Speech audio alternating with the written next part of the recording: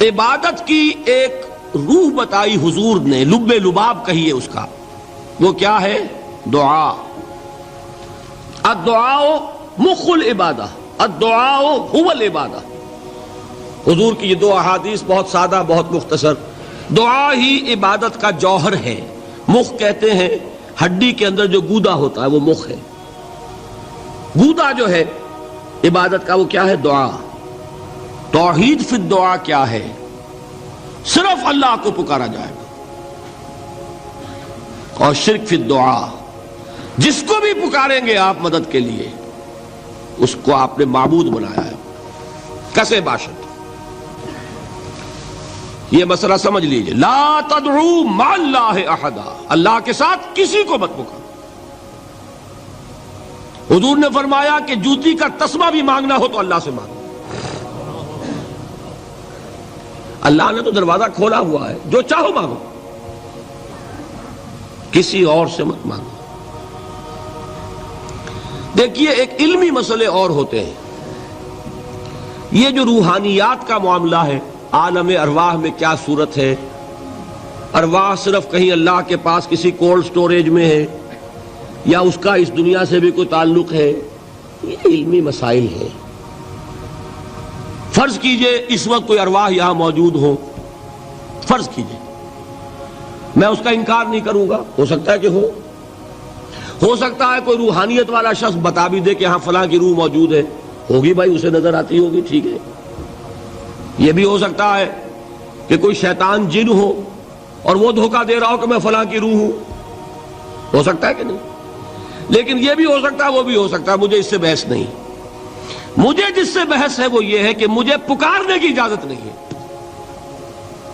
ہوا کرے کسی کی روح موجود ہوا کرے، مجھے میرے رب کی اجازت نہیں ہے کہ میں اسے پکاروں۔ مدد مانگوں گا اللہ سے، دعا کروں گا اللہ سے، استغاثہ کروں گا اللہ سے، تکلیف کے لیے دعائی دوں گا اللہ کی۔ اب اللہ جس سے چاہے کروا دے، کسی روح کو بھیج دے، کسی فرشتے کو بھیج دے، مجھے کیا ہے؟ مجھے آم کھانے ہیں، پیڑ نہیں گننے۔ فلاں روح نے آگے کام کر دیا، کرے بھائی، میرا کام بننا چاہیے۔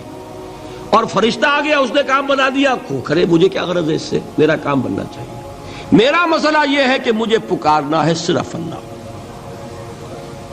اللہ کو اس کی بھی قدرت ہے کسی کو نہ بھیجے، نہ کسی روح کو بھیجے، نہ ملائکہ کو بھیجے، بغیر کسی کے جو چاہے کر دے۔ اللہ کا مرضی ہے، وہ چاہے کسی روح کو بھیج دے، کسی فرشتے کو بھیج دے، مجھے اس سے غرض ہی کوئی نہیں۔ مجھے تو اپنی تکلیف کا دور ہونا مطلوب ہے، اس کے لیے میں پکاروں گا۔ سمجھ رہے؟ دیکھیے میں سادہ ترین کر رہا ہوں مسئلہ، عبد القادر جیلانی کی روح یہاں ہے یا نہیں، حضور کی روح انور یہاں ہے یا نہیں، یہ تو علمی مسئلہ ہو گیا نا۔ یہ فرشتے یہاں ہیں کہ نہیں، کوئی اختلاف ہے؟ میں پکار سکتا ہوں اسے کہ بھائی ذرا میرا کام کر دینا۔ یہ کروں گا تو شرک۔ موجود ہیں کرامن کاتبین ہے کہ نہیں؟ موجود ہونا نہ ہونا یہ مسئلہ علمی۔ جو اصل میں شرک سے متعلق مسئلہ ہے وہ یہ ہے کہ پکارنے کی اجازت نہیں۔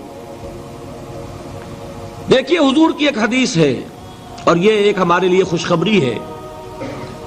آج 8واں دن ہے، آپ اپنی نیند کی قربانی دے رہے ہیں، آ رہے ہیں، سن رہے ہیں۔ یہ حدیث بھی سن لیجئے، بشارت والی حدیث ہے۔ مجتمع قوم فی بیت من بیوت اللہ، نہیں جمع ہوتے کچھ لوگ اللہ کے گھروں میں سے کسی گھر میں۔ اس کا مصداق اول تو مسجد ہوگی، لیکن تقریباً تمام محدثین نے مانا ہے کہ صرف مسجد تک محدود نہیں ہے، سب گھر اللہ کے ہیں۔